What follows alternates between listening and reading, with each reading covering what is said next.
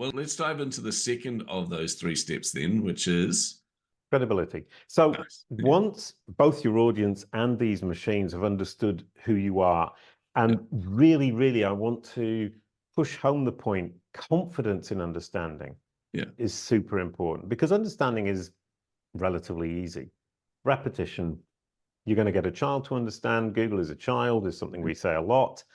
Build that confidence in the understanding, and you've got a really solid base, and a solid base that you won't lose. So if we look at Google's understanding is 20% of the things it thinks it understands today, it will have decided it hasn't understood in a year's time.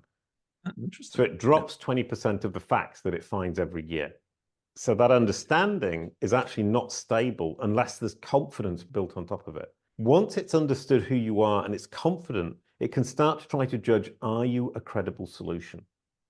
Google calls it expertise, experience, authoritativeness, and trustworthiness. At Kalicube, we've added notability and transparency.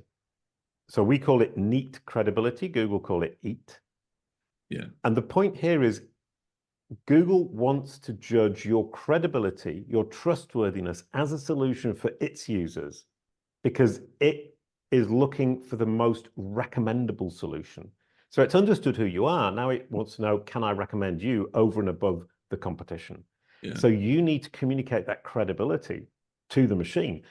And interestingly, in order to do that, you need to communicate that credibility to your audience.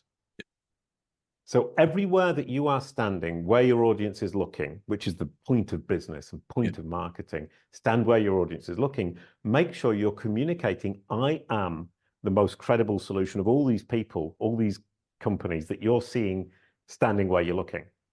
I need to throw out that credibility.